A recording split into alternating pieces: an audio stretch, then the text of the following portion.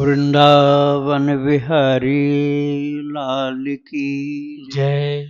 राधा रानी की जय श्री गुरुदेव भगवान की जय। श्री राधे राधे।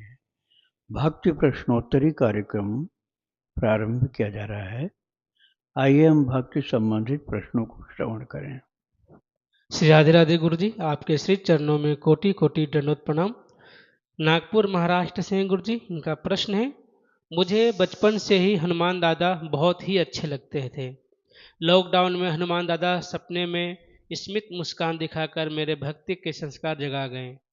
मैं, मेरी पत्नी और दोनों बच्चे लहसुन प्याज नहीं खाते हैं। पहले पूजा करते समय कभी पूजा के कमरे में हुंकार की जोरों की आवाज़ आती थी और कभी कभी भविष्य में होने वाली घटनाएं भी दिखती है। तो मैंने हनुमान जी की प्रेरणा से 2019 से राम नाम जाप शुरू कर दिया है। गुरुजी, आपसे दीक्षा लेने के लिए 10 लाख राम नाम भी लिखना शुरू कर दिया है।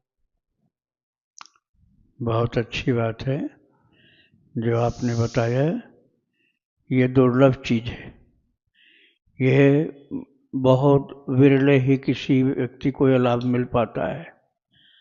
आपको जो ये हो रहा है, आपका कोई बहुत बड़ा पुण्य है या विशेष कृपा है किसी संत की या भगवान की कृपा है जो हनुमान जी का ऐसा अनुभव आपको हो रहा है। नाम के प्रति इतना लगाव है, प्रेम है, तो ये बड़े अच्छे शुभ लक्षण हैं आपके लिए। आपकी आध्यात्मिक प्रगति निश्चित है। आप तत्परता से लगे रहिए। श्री राधे राधे। इनका दूसरा प्रश्न है, गुरुजी 2 साल पहले पितृपक्ष में 1 महीने का राम नाम का जाप पितरों को अर्पण किया था और प्रार्थना किया था कि अगर किसी भी पितरों को इसका लाभ मिले तो मुझे अनुभव कराएं। तो जाप के 1 महीने का होते ही मेरा ही 2012 में बीमारी से मरा हुआ चचेरा भाई स्वप्न में जिन हड्डियों का ढांचा जैसे मुझे दिखा और बताया कि भाई अब मैं चाह रहा हूं, और वह अदृश्य हो गया। इसका क्या मतलब था? इसका मतलब कि उसकी उत्तम गति हुई। उत्तम गति हुई, पहले अधम गति में था वो। अधम गति में था इसलिए अस्थियों का पिंजर, स्केलेटन, उसका अस्थि पंजर आपको दिखलाई पड़ा। और जब उसने बोला कि मैं अब जा रहा हूँ, तो इसका मतलब उस संकट से मुक्त होकर के वो ऊर्ध्वगामी हुआ है। ये तो बड़ा कल्याणकारी कार्य किया आपने। श्री राधे राधे। इनका अगला प्रश्न है, उसके अगले साल पितृपक्ष में पितरों के लिए जाप अनुष्ठान किया तो मेरे मृत बड़े पिताजी एक पेड़ पर बैठे दिखे और मैंने पूछा कि आप यहाँ पेड़ पर क्यों बैठे हो? तो दूसरे पेड़ पर बैठे व्यक्ति ने कहा, इनको यमराज के पास मरे हुए लोगों को पहुँचाने का काम मिला है। इसका क्या अर्थ है? हाँ, ये भी यमराज के यहाँ होता है। जो कई बार जाते हैं ना, यमत्रास, यम यंत्रणा भोगते हैं, वहाँ से सुपरिचित हो जाते हैं। तो वहाँ से सुपरिचित बार बार जाने से जब हो जाते हैं, तो उनमें से किसी को यमराज मरने वाले के जीवात्मा को ले आने के लिए उसे यमदूत का पद प्रदान कर देते हैं। तो उस व्यक्ति को यमदूत बनाया गया है। अब उसके उद्धार के लिए आप निरंतर प्रयत्नशील रहेंगे तो निश्चित ही उसका भी उद्धार होगा, क्योंकि बड़ा अच्छा कार्य आप कर रहे हैं। श्री राधे राधे। इनका आखिरी प्रश्न है, अब 2 दिन पहले मेरे मृत बड़े भैया स्वप्न में आकर मुझे माता पार्वती की मूर्ति दिखाकर बोले कि मेरे पास पार्वती हैं पर शिव जी नहीं है। इसका क्या मतलब है? इसका मतलब ये है कि अभी श्रद्धा तो है, लेकिन विश्वास की थोड़ी सी कमजोरी है। विश्वास की कमजोरी का मतलब होता है डाउटफुल पोजीशन होना, संदेहग्रस्त होना, संशयात्मा होना। संशयात्मा होना साधक के लिए अच्छा नहीं होता है। तो उनको आप भक्त चरितावली भी सुनाओ, तब संशय मुक्त हो जाएंगे वो, और उससे उनकी उत्तम गति होगी। श्री राधे राधे। मोहाली पंजाब से हैं गुरु जी। इनका प्रश्न है, जिस धाम मंदिर में प्रीति हो, मन से मानसिक यात्रा करने से यात्रा का फल मिलेगा? यदि आपकी लगन होगी भक्ति की, जैसे अभी मैं बता रहा था ना, विश्वास और श्रद्धा दो चीज, ये दोनों ही चाहिए। भवानी शंकरो वंदे श्रद्धा विश्वास रूपिणो। भवानी श्रद्धा की स्वरूपा है और भगवान शिव जी विश्वास के स्वरूप हैं। श्रद्धा का मतलब होता है अपनेपन का आदर, और विश्वास का मतलब है जैसा बोला गया वैसा का वैसे मान लेना, उसमें संदेह नहीं रखना, वो विश्वास है। तो आदर की भावना अच्छी हो तो श्रद्धा हुई, और वैसे के वैसे स्वीकार कर लेना वो विश्वास है, जहाँ संदेह नहीं हो। तो ये दोनों ही यदि आपका होगा तब उत्थान शुरू होता है। श्री राधे राधे। टोटो मिश्रा जी हैं पटना से, इनका प्रश्न है, गुरुजी हम राम नाम लिखते हैं तो उस पेज पर हनुमान चालीसा लिख दिए हैं और पेज फाड़ दिए, क्या करें? उस कॉपी पर लिखे या छोड़ दें अब? नहीं, आप हनुमान चालीसा लिखा हुआ है तो जहाँ नहीं लिखा हो, जहाँ पर खाली स्थान हो, वहाँ आप राम नाम लिख सकते हैं, लेकिन हिफाजत से कागज़ को रखना पड़ेगा। ऐसे फटना और फेंकना ये सब नहीं होना चाहिए। बहुत आदर से भगवान नामांकित कागज़ को रखना चाहिए। श्री राधे राधे। मयंक जी हैं बिहार से, इनका प्रश्न है, इस शरीर के नाना जी का शरीर छूटने से पहले 5 दिन अत्यंत असहनीय पीड़ा हुई, लेकिन जिस वक्त उनका शरीर पूरा हुआ, श्री जी की कृपा से उस वक्त उनके शरीर पर श्री वृंदावन धाम की रज लगी थी और गले में तुलसी महारानी विराजमान थी और मुख में गंगा जल था। उनकी अंतिम गति क्या हुई है? क्या उन्हें श्री जी की प्राप्ति हो गई है? प्राप्ति यदि नहीं भी हुई होगी तो प्राप्ति की तरफ वो चल पड़े हैं। जैसे एक जन्म उनको मिल सकता है अभी और, लेकिन उस जन्म में और तीव्रता से उनकी गति आगे की ओर होगी, भगवान की ओर होगी। श्री राधे। इनका आखिरी प्रश्न है, महाराज जी खाने पीने की चीज़ों की आसक्ति से मैं बहुत परेशान हो चुका हूँ। लहसुन प्याज नहीं खाता हूँ, लेकिन बिना लहसुन प्याज के चीज़ें और मिठाई की आसक्ति बहुत है। अपनी इस बुरी आदत, अपनी जीभ की आसक्ति को पूरी तरह कैसे खत्म करूँ? हाँ, उसका उपाय मैं बता रहा हूँ आपको, लेकिन वो करना पड़ेगा। केवल सुन लेने से काम नहीं बनेगा, उसको आप करेंगे तब होगा। वो ये करना है कि रोजाना भोजन करने के पहले नीम की पत्ती की चटनी खानी होगी। नीम की पत्ती की चटनी भले ही थोड़ा ही खाओ और उसको कुछ देर तक मुंह में रखो। मुंह में स्वाद अब नीम की पत्ती की चटनी का होगा तो अब उसके बाद जो भी आप भोजन करोगे सब बढ़िया ही लगेगा। कोई भी भोजन करोगे सब भोजन अच्छा लगेगा, फिर आपको स्वादिष्ट ढूंढने की ज़रूरत नहीं पड़ेगी। सूखी रोटी खा लोगे तब भी मुंह में अच्छा लगेगा, क्योंकि नीम की चटनी ने प्लेटफार्म बढ़िया बना दिया। श्री राधे राधे। अनुपमा शर्मा जी हैं भोपाल से, इनका प्रश्न है, मेरे पड़ोसी जैन हैं। मेरी समस्या यह है कि मैं पिछले 1 दशक से ज़्यादा से अपने पड़ोसियों के द्वारा प्रताड़ित की जा रही हूँ। जब भी मैं पूजा करने बैठती हूँ और उनको थोड़ी भी आवाज़ आ जाती है कि मैंने पूजा करनी प्रारंभ की है, तो बार बार अपना दरवाज़ा तेज़ी से खोलते और बंद करते हैं और अपनी बालकनी में आकर के बाल्टी या किसी अन्य प्रकार की आवाज़ करते हैं, खांसते हैं, जिससे कि मैं पूजा शांतिपूर्वक नहीं कर पाती। ऐसे में मेरा मन बहुत दुखी हो जाता है। मैं अपने आप पर पूरी तरीके से संयम रखने की कोशिश करती हूँ, परंतु फिर भी कभी मैं आवेश में आ जाती हूँ। आप बताएं कि ऐसा क्यों है और इसका क्या समाधान है? मैं आपको बताना चाहूँगी कि मैं तेज आवाज़ में पूजा प्रार्थना नहीं करती एवं घंटी भी बहुत छोटी और धीमी बजाती हूँ। तो आपको ये करना है कि आप जैसे कर रहे हो तो करिए, लेकिन उनके यहाँ जो जैनी हैं, उनके यहाँ जैनी तीर्थंकर की फोटो या मूर्ति जरूर होगी। जैसे महावीर स्वामी की फोटो होगी या ऋषभ देव की फोटो या मूर्ति होगी या दोनों ही होगी। ऐसा नहीं हो सकता है कि कोई भी ना हो। महावीर स्वामी की जरूर होगी, ऋषभ देव की भी होगी। तो आप उनसे एक दिन हाथ जोड़ करके बोलिए कि मुझे आपके तीर्थंकर की छवि का दर्शन करना है, मुझे कृपा करके दर्शन करा दीजिए। तो आप वो जूते चप्पल बाहर निकाल के जाना और महावीर स्वामी और ऋषभ देव का दर्शन करके प्रणाम करना और कहना कि भाई ये भी हमारे भगवान हैं, इसलिए मैं दर्शन करने आया। फिर उनसे विवाद झगड़ा लड़ाई मत करना। आप जहाँ 1-2 बार गए तहाँ वो आपके सहयोगी बन जाएंगे। अपनी ओर से विरोध हटाकर उनका दर्शन करने जाओगे जब उनके स्वामी का, उनके तीर्थंकर का, तो सब ठीक हो जाएगा। श्री राधे राधे। राकेश पांडे जी मुंबई से, इनका प्रश्न है, मैं जानना चाहता हूँ कि क्या भक्तमाल, कंठी और रुद्राक्ष धारण के क्या नियम हैं? भाई, जो शैव परंपरा का दीक्षित हो, जिसको शिव जी के नाम या मंत्र की दीक्षा मिली है, उसको रुद्राक्ष जरूर पहनना चाहिए। और लोगों के लिए तुलसी धारण करना आवश्यक होता है। और क्या पूछा इन्होंने? हाँ, तो रुद्राक्ष का मैंने बता दिया। और कंठी माला का ये नियम है कि ठाकुर जी को पहनाओ। यदि आपकी दीक्षा हो चुकी है तब तो गुरु से प्राप्त हो गई है कंठी। नहीं प्राप्त हुई है तो भगवान को पहनाकर प्रसादी रूप में उसको गले में पहन सकते हैं आप। श्री राधे राधे।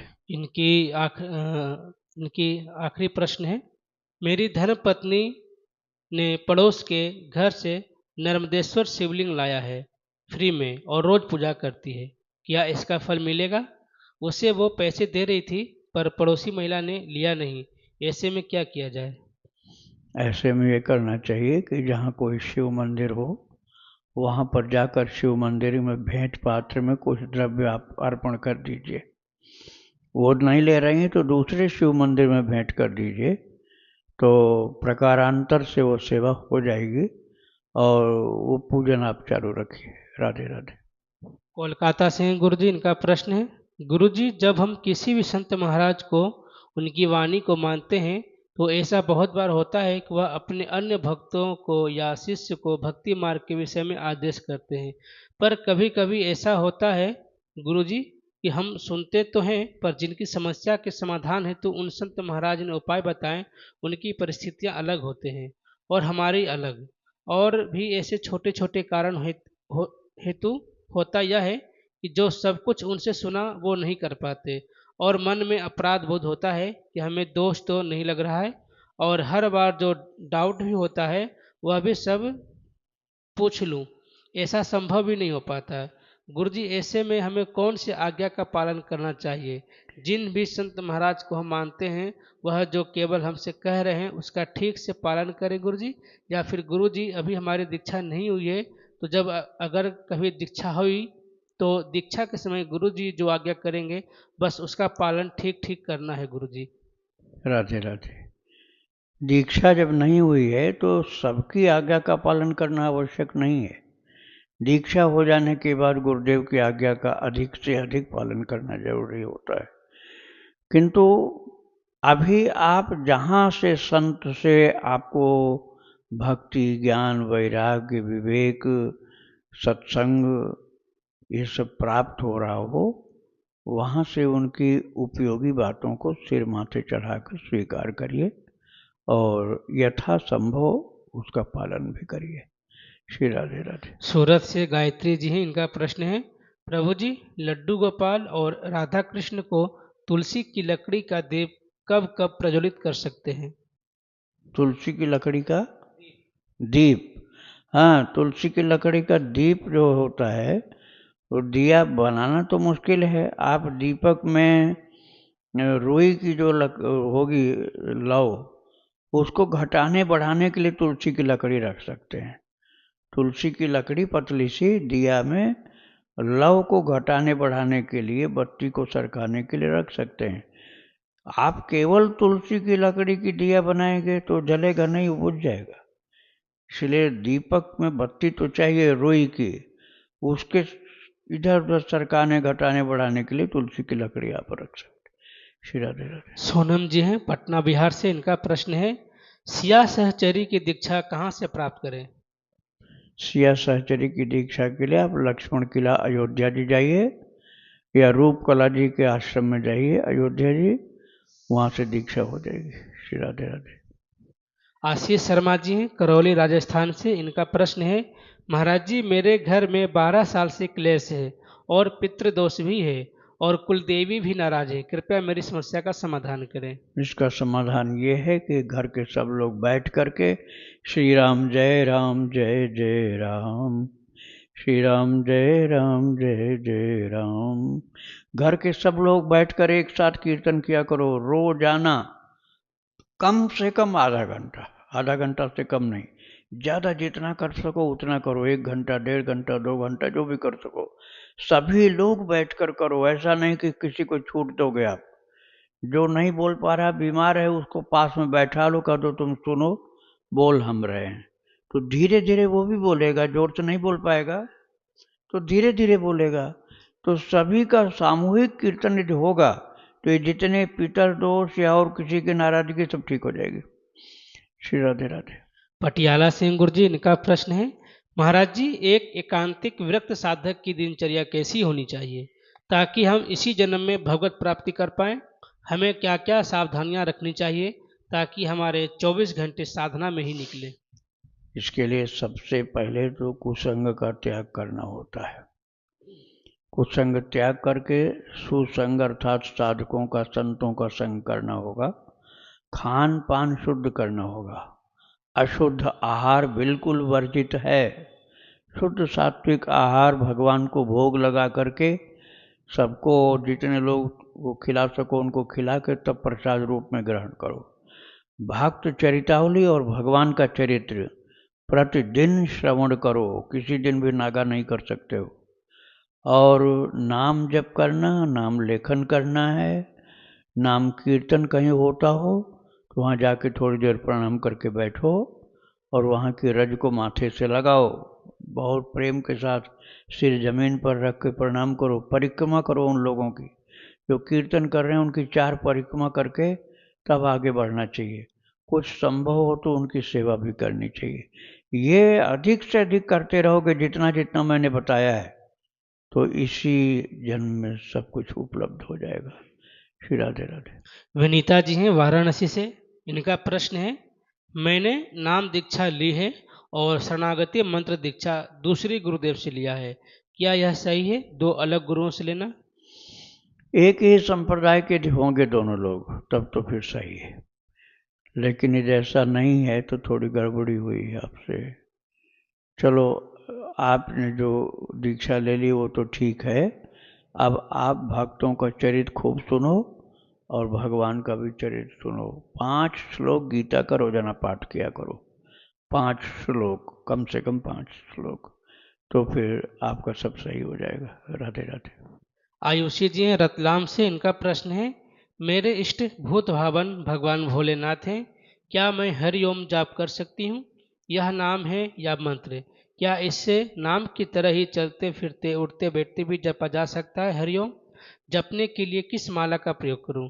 कृपया मार्गदर्शन करें, मेरी अभी दीक्षा नहीं हुई है और क्या अशुद्ध अवस्था में इसका जाप कर सकते हैं? देखो इसमें ओम जो लगा हुआ है ना, इसलिए अशुद्ध अवस्था में नहीं करना चाहिए।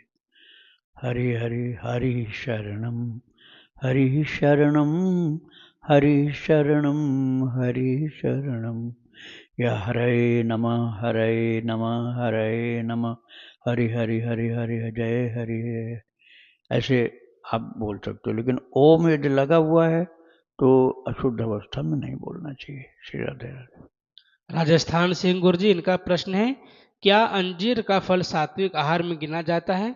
मेरे बेटे ने गूगल पर देखा कि अंजीर का फल जब पकता है तो उसमें कोई जीव घुस जाता है, बाद में जीव तो बाहर निकल जाता है लेकिन उसके छोटे छोटे बच्चे अंदर ही रह जाते हैं, तो क्या यह सात्विक आहार में गिना जाता है? नहीं, ये सात्विक आहार में नहीं माना जाएगा। जिसमें जीव जंतुओं की हत्या होती है वो आहार सात्विक नहीं होता है। इसलिए अंजीर न खा करके ऐसे फल खाओ जिसमें कोई कीड़ा मकोड़ा नहीं मरता हो। राधे राधे। इनका दूसरा प्रश्न है, क्या एकादशी को तुलसी पत्र तोड़ सकते हैं और मंगलवार और द्वादशी को तुलसी जी में जल अर्पित कर सकते हैं? मंगलवार को जल अर्पण करने का नियम यह है कि यदि पौधा सूख रहा है, पानी की ज़रूरत है, तो जमीन पर डालो, पौधे पर जल मत डालो, जमीन पर डालो, वो पानी धीरे धीरे जड़ तक पहुंच जाएगा।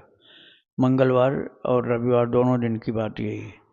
एकादशी की बात ये होती है कि द्वादशी संयुक्त जब एकादशी होती है तब फिर स्पर्श दोष होता है। जल भी नहीं डालना चाहिए। हाँ, पौधा सूख रहा है तो दूर से पानी डालो, मतलब पृथ्वी पर डालो, पौधे के ऊपर मत डालो। और यदि दशमी संयुक्त है एकादशी तो आप जल डाल सकते हैं और तुलसी की पत्ती तोड़ भी सकते हैं। लेकिन यदि द्वादशी संयुक्त है तो नहीं ऐसा कर सकते आप। इसलिए आपको या तो पंचांग देखना पड़ेगा और नहीं तो उस दिन तोड़ो ही नहीं, नीचे गिरी हुई तुलसी उठा लो। जो पौधे के नीचे पत्तियां गिरी रहती हैं उन्हीं से काम चला लो अपना। राधे राधे। इनका आखिरी प्रश्न है, क्या एकादशी के दिन पक्षियों को अनाज का चोगा डाल सकते हैं? पक्षी को डाल सकते हैं यदि आप इसका कोई विकल्प आप जानते हैं तो उसका प्रयोग करिए। फल फल कोई खिला सकते तो फल खिलाइए, लेकिन फल का इंतजाम नहीं हो तो दाना पक्षी को डाल सकते हैं। श्री राधे राधे। जालंधर पंजाब से हैं राहुल वशिष्ठ जी। इनका प्रश्न है, महाराज जी मैं श्री राम शरणम से दीक्षित हूँ। मेरा प्रश्न है कि ध्यान और चिंतन में क्या अंतर है? ध्यान और ध्यान और चिंतन में देखो, ध्यान तो होता है सगुण साकार भक्ति में भगवान के रूप का ध्यान होता है, लीला का भी ध्यान होता है और उसमें सेवा करने का भी ध्यान होता है कि जैसे हम अपने आप कुछ पहुंच गए, प्रभु की सेवा कर रहे हैं, उनके चरणों में दंडवत किया, उनके लिए कुछ भेंट किया और उनके लिए कुछ बिछाया, कुछ गान किया, कीर्तन भजन गाया, ये सब ध्यान में हुआ। चिंतन होता है जिसमें भगवान की लीला ही लीला होती है, ध्यान उसमें नहीं करना पड़ता, स्मरण को ही चिंतन कहा जाता है। भगवान को याद कर लेना चिंतन हो गया। श्री राधे राधे। कृष्ण प्रिया साक्षी जी हैं दिल्ली से। गुरु जी इनका प्रश्न है, मैं ब्रज के श्याम सुंदर को पति रूप में पाना चाहती हूँ और उनको पाने के लिए रोती हूँ, पर कुछ लोग कहते हैं कि श्याम सुंदर का सुख देखना चाहिए, उन्हें आना होगा तो आ जाएंगे, उनके सुख में सुखी रहना है, तो क्या उनके लिए रोना और प्रभु से मिलने की जिद करना अनुचित है? रोना का अनुचित नहीं है। आप प्रेम के कारण स्वतः ही रोओगे, ये तो नैसर्गिक है, नेचुरल है, होगा ही होगा ऐसा। लेकिन उनसे ये हट करना कि नहीं आप आ जाओ, नहीं तो मैं ऐसा कर लूँगी, खाऊंगी नहीं या आत्महत्या कर लूँगी, आप नहीं आओगे, ये सब गलत है। भगवान को परेशान नहीं करना चाहिए। आप रो, कोई बुरी बात नहीं, ये तो भक्ति है, भगवान के लिए रोना भक्ति है। लेकिन भगवान को ये कहना कि नहीं आपको आना पड़ेगा और भगवान की बुराई करने लग जाओ, आप ऐसे हो ऐसे हो, कठोर हो, निष्ठुर हो, जो मन में आए तो बोलने लग जाए, तो ये गलत है। भगवान को हट करके नहीं करो। भगवान के याद में उनके सम्मुख प्रेम से जप करते, ध्यान करते, पूजा करते, आंसू गिरे तो गलत नहीं, सही है। लेकिन भगवान को हठपूर्वक ये करना कि नहीं आपको मेरा ये करना पड़ेगा, मेरा काम करना पड़ेगा, आपको दर्शन देना पड़ेगा, नहीं तो हम ऐसा कर लेंगे, ये सब गलत है। इससे अच्छा ये है कि खूब प्रभु का गीत गाओ, नाम गाओ, भजन गाओ, उनका श्रवण करो, चरित्र, उनके भक्तों का चरित्र श्रवण करो, सेवा करो। आंसू आ जाए तो ठीक है, बहुत अच्छी बात है, एकांत में हो तो और अच्छा है। सबके सामने होने पर थोड़ा अपने को छिपाना जरूरी होता है, लेकिन ये जरूर ध्यान रखना कि उनसे हठ मत करना, उनसे ये कहना कि प्रभु आपको जैसा अच्छा लगे, आप तो सर्वज्ञ हो, आपको कहने की जरूरत तो है नहीं। कहा तो उसको जाता है जिसको कुछ पता नहीं होता है। आपको तो सब पता है कि मेरे अंदर क्या विचार है, क्या चाह है, क्या मेरी भावना है, आपके साथ मेरा क्या रिश्ता है, सब आपको मालूम है। अब जब सर्वज्ञ है तो उसको मैं क्या बताऊं? मेरे अंदर प्रेम है, उसके कारण आंसू आपके सम्मुख आ रहे हैं। अब आपको जो ठीक लगे वही आप करिए, मैं आपको विवश नहीं करूंगा या करूंगी, और मैं आपको कष्ट भी नहीं देना चाहती। जिसमें आपको सुख मिले वो आप करिए, आप सुखी रहिए, यही मेरे लिए बढ़िया। श्री राधे राधे। इनका आखिरी प्रश्न है, गोपाल मंत्र का पुरस्चरण करना चाहती हूँ। मंत्र ज्ञात है परंतु दीक्षा में नहीं मिला। मुझे बहुत विश्वास है कि उससे श्री कृष्ण मिलेंगे। कर सकती हूँ या नहीं और इसके नियम क्या है? देखो भाई, इसमें कुछ लोग ओम लगाते हैं, कुछ लोग उसको बीजाक्षर से शुरू कर देते हैं, ओम नहीं लगाते हैं। दोनों तरह की मान्यताएं हैं। अष्टादशाक्षर मंत्र गोपाल जी का जो है, तो वो तो दीक्षा के बाद ही करना चाहिए पुरस्चरण। बिना दीक्षा के करना विधि के अनुसार उपयुक्त नहीं है। लेकिन ये भी समझो कि यदि भगवान का नाम ही केवल जप करो तो आपको कोई मंत्र जपने की आवश्यकता नहीं बिना दीक्षा के। तो दीक्षा है तो गुरु प्रदत्त मंत्र ही आपको जपना चाहिए और भगवान के ऊपर ही सब कामना अर्पित कर देना चाहिए, निष्काम जप करो। और नहीं दीक्षा मिली है तो प्रभु को कोई भी नाम जप करो, सब प्रकार से आपको अधिकार है, उसमें कोई बाधा नहीं। किसी प्रकार का अनुचित भी कार्य नहीं माना जा सकता, उचित है, सभी का कल्याण होता नाम जपने से। श्री राधे राधे। अजय गुप्ता जी शमशाबाद आगरा से, इनका प्रश्न है, रामानंद संप्रदाय में दीक्षित बंधुओं को गाजर मूली सेवन का निषेध बताया जाता है। इसका क्या कारण है? इसके खाने से दोष लगता है क्या? हाँ, मूली जो कामवर्धक होती है, कामवर्धक होने से उसको नहीं खाते हैं विरक्त लोग। और गाजर की उत्पत्ति गंदी है, जैसे लहसुन प्याज की उत्पत्ति गंदी है। मरे हुए कुत्ते के शरीर के विभिन्न अंगों से उत्पत्ति हुई थी, तो इसलिए वो वर्जित है। किंतु लहसुन प्याज की बात तो सर्वमान्य है। गाजर में थोड़ा सा ये है कि काली गाजर को ही मानते हैं। कारण ये है कि ये लाल वाली गाजर प्राचीन नहीं है, इसको कृषि वैज्ञानिकों ने आविष्कार करके लगभग 70-80 साल पहले इसका प्रोडक्ट हुआ था। तो उससे पहले लाल गाजर नहीं मिलती थी, काली ही मिलती थी। तो ये जो शास्त्रों में लिखा गया वो तो पुरानी चीज़ को ही लिखा गया, नई चीज़ का तो उस समय कैसे लिख देते जो बाद में पैदा हुई। जैसे भक्तमाल में उन उन चरित्रों का वर्णन है, जब भक्तमाल की रचना हुई उसके पहले जो हुए उनका वर्णन है, और जो बाद में हुए उनका वर्णन नहीं हो सकता है। तो ऐसे ही जो वस्तुएं बाद में बनाई गई हैं उनका वर्णन निषेध के रूप में नहीं किया गया है, जो उस समय तक थी उनका निषेध किया गया है। तो लहसुन प्याज तो बिल्कुल वर्जित है। अब भगवान को आप सात्विक भोजन भी भोग लगाएं, वही ज़्यादा अच्छा है। मूली हमने बता दिया ना कामवर्धक है, इसलिए नहीं करते हैं। राधे राधे। वृंदावन बिहारी लाल की जय। राधा रानी की जय। श्री गुरुदेव भगवान की जय। श्री राधे। अब आप लोग